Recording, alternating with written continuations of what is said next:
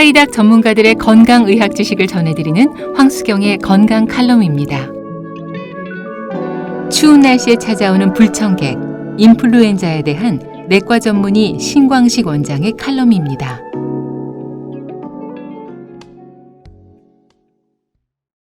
흔히 독감이라고 불리는 인플루엔자는 바이러스 감염에 의한 급성 열성 호흡기 질환입니다. 우리나라의 독감 시즌은 11월에서 4월까지인데요.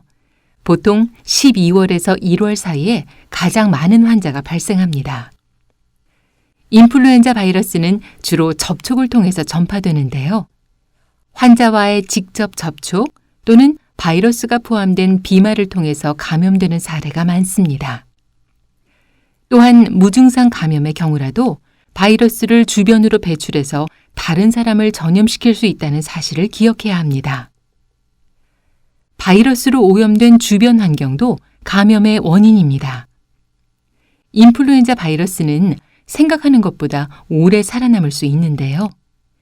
손에서는 5분, 의류나 휴지에서는 8시간에서 12시간, 금속과 플라스틱 표면에서는 무려 24시간에서 48시간까지 생존한다고 알려져 있습니다. 인플루엔자 바이러스에 감염되면 약 하루에서 나흘간의 잠복기를 거친 뒤에 증상이 나타나는데요.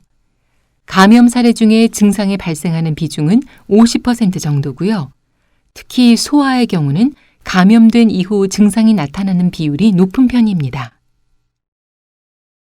인플루엔자 감염 증상으로는 갑작스런 발열과 함께 기침이나 인후통이 주로 나타나고요. 무력감, 근육통, 관절통과 같은 전신 증상이나 기침, 콧물, 호흡곤란과 같은 호흡기 증상이 나타나기도 합니다. 또한 설사나 구토와 같은 위장관 증상이나 안구통 같은 눈 질환이 동반될 수도 있습니다. 합병증을 동반하지 않은 경우에는 3일에서 7일 정도가 지나면서 자연적으로 호전되는 사례가 많은데요. 기침이나 무력감은 2주 이상까지도 지속될 수 있습니다.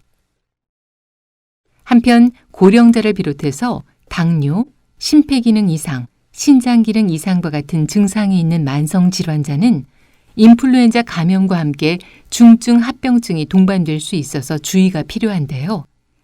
가장 흔하게 나타나는 합병증은 폐렴이고요. 만성 폐쇄성 폐질환, 천식, 만성 간질환, 신부전, 중이염 등도 합병증으로 발생할 수 있습니다. 인플루엔자 치료를 목적으로 항바이러스제를 사용할 수 있는데요.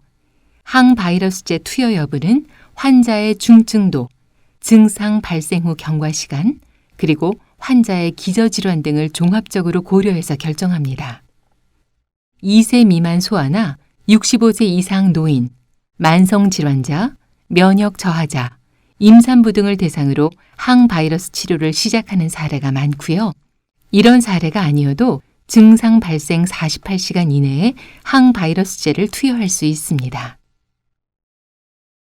인플루엔자는 전염성이 높기 때문에 생활 습관을 점검하면서 꼼꼼하게 예방해야 합니다. 무엇보다 중요한 것은 개인 위생인데요. 외출 후에는 비누로 손을 꼭 씻으시고요. 공공장소에서 재채기나 기침이 나올 때에는 손수건이나 휴지로 가려주셔야 합니다. 또 인플루엔자가 유행하는 시기에는 가급적이면 사람이 많은 곳에 방문하는 것을 삼가시고요. 적절한 시기에 예방접종을 해서 효과적으로 감염을 억제하시기 바랍니다. 지금까지 칼럼의 신광식 원장, 내레이션의 황수경이었습니다.